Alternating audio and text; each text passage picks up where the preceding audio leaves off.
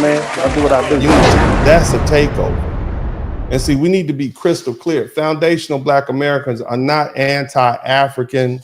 We're not anti-Caribbean. We're anti-disrespect. We're anti-theft. We're anti-erasure. You see? You don't respect us. You mock our history. You downplay our struggle. You come here, you call us lazy. You tell us to work harder, even though we built this country. You tell us we're ungrateful, we're uneducated, we're culturalists, all the while living off the infrastructure we built, enjoying the rights we fought and died for, wearing our slang, our style, our skin like it's a costume. You tell us we're not really African. You tell us our culture is ghetto. You tell us our fight is not your fight. Fine. Okay. Now we're telling you the same. Shout out to Penny Ford. What's up, baby girl? See, for too long, this Pan-Africanism has been a one-way street. We give, they take. We uplift, they separate. We invite, they invade. See, you wave your flags at our events. You insert your faces into our story. You rewrite our moments and say we're all the same. No, we're not. And we've drawn the line and we've delineated. This isn't hate, it's boundaries. This is survival, because while we've been fighting for freedom in the belly of the beast for over 400 years, you just got here. And the minute you got comfortable, you started mimicking the white supremacist playbook, looking down on the people whose backs you're standing on. Now, how many of you are shocked and confused about why FBAs are pushing back so hard? You shouldn't be. You were warned. We asked for respect. We asked you to acknowledge our lineage. We asked you to contribute, not compete. And instead, you doubled down on your arrogance. You tried to rewrite who we are. You tried to claim what we built. And now you're facing the consequences. And, you know, if you feel uncomfortable about that, that's good. You should. If you feel called out, well, it's intentional. You should.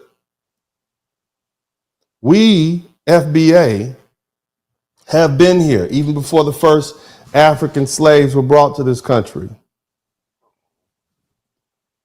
Nevertheless, we're the builders of the wealth of this nation. We're the defenders of our culture. We're the reason you can walk these streets with a visa or a passport and not be hanging from a tree. We paid that price.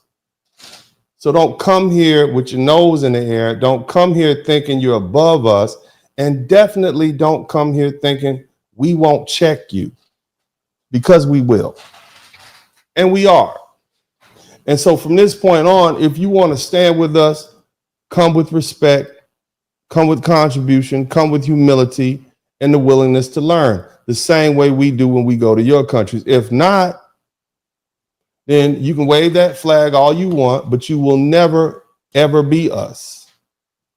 So this broadcast, we're going to unpack how we got here.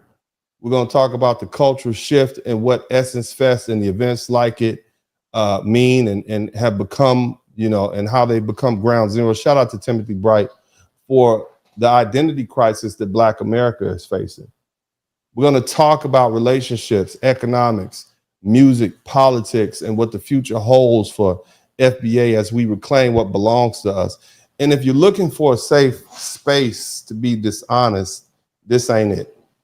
But if you're ready for the truth, then let's hang out for a minute. Now, before we get started, of course, I've taken the opportunity to put together some footage. Okay, lots of good footage for everybody to look at.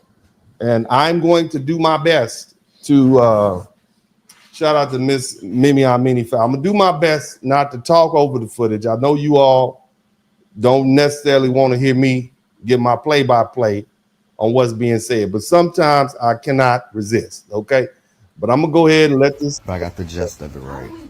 All right, y'all. On that note, We're gonna do our best to hold back. Okay. A lot of people are coming. Let me see if I can get this up. Let me know if you all. And before you march her to the chopping block and come for her neck let me know if you all can see it. That you should know more about her. Hold on a minute. Let me get this together.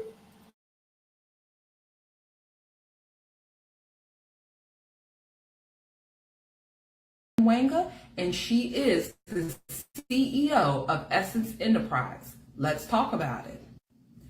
Carolyn was born in Kenya and raised in Minnesota and became a single mom at the age of 17 years old. However, she did not let that stop her. She started her career in HR and climbed the ranks as Target's Chief Diversity Officer and is now at the helm of the most iconic platform for Black women, Essence. Now I'm doing my best not to say anything. Okay? I'm doing my best not to say anything, and I don't want any of you all to say anything either. Okay? We're not gonna speak ill, okay, of our sister.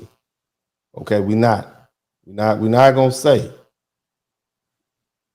anything ill about our beautiful sister with the blue hat on. We're not. Okay, we're gonna reserve that for a later time. Shout out to LaShawn Jones. Let's keep listening. But she's from Kenya, okay, and she moved here when she was young, and This year's she's a former high-ranking CEO at Target. I just will say that, and we boycotted Target. Apparently, I don't know why I missed that one. I was on vacation, but let's keep listening. Festival has been surrounded by controversy, and many people are blaming Caroline as well as the owner of Essence Enterprise, Yes, they blaming Richard Caroline. Dennis, who is of Liberian descent.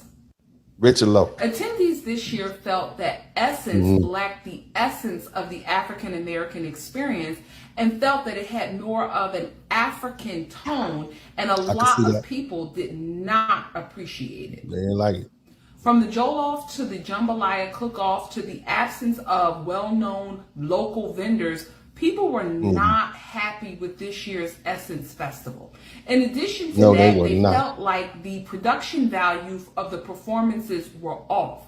Well-known artist who is known to be late quite a bit, Lauryn Hill, did not perform one evening until 4 a.m. in the morning. Now, we all know that Miss Lauryn is typically late. However, this year it has been cited that it was not her fault and that she was waiting for production issues to be fixed. In addition, Stephanie Mills just released a letter stating her displeasure with how the production value went with this year's Essence Festival. Okay. So I want to hear from those who have actually attended Essence Festival either this year or in the past. Does Essence still feel like ours? And is there anything wrong with Essence being really focused not just on the African American experience, but on the experience of Black people worldwide? What are your opinions on that? Get down in the comments and let me know. So Africans ruin Essence. Okay, so you heard what the sister had. This is Dennis Spurling. I'm an attorney here in Houston, Texas. My mandate is to be an advocate for Black men. Dennis Spurling got the mic on fire. I'm a Black father, I have Black son. Tune in, weekly feeling inspired. From the heart, real talking night. Every episode brings a light. Subscribe, hit the like, won't you my dare. voice, my wisdom. Share the love, you know it's fair. Join us every Cold outside, listen, King coming. Drop some coins in the collection plate. Alright, let me roll out. Comment below, let's start the chat. Insight so deep, like we said. Together vibing, no need to wait. Dennis Spurling always first. What's up? Welcome to the Subscribe, broadcast. hit the like, won't you dare. Share the love, you know it's fair. Join us every week, don't be late. Drop some coins in the collection plate. Yeah, they peso tricky. Some of y'all can't help it. Some of y'all can't help tricking. Some of y'all got a soft spot for her. You enjoy the ride, come say hi. Catch the wave, don't pass by. Lifted spirits, always in sight. In this podcast, joy takes flight.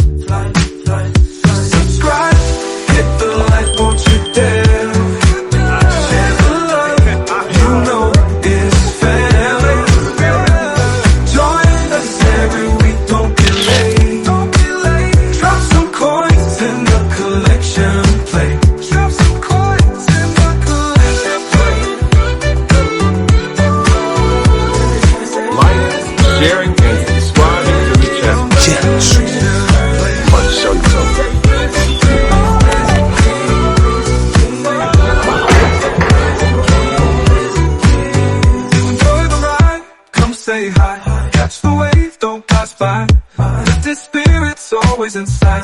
In this podcast, joy takes flight. Subscribe, hit the like, won't you dare?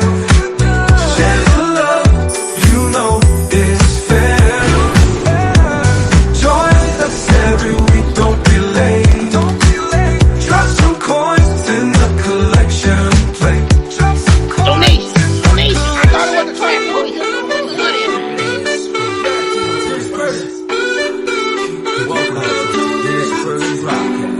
Hey man, I'll do what I do. You know that. Your ass, class, don't come over here. You tall black mother. Women up inside. I don't give a fuck about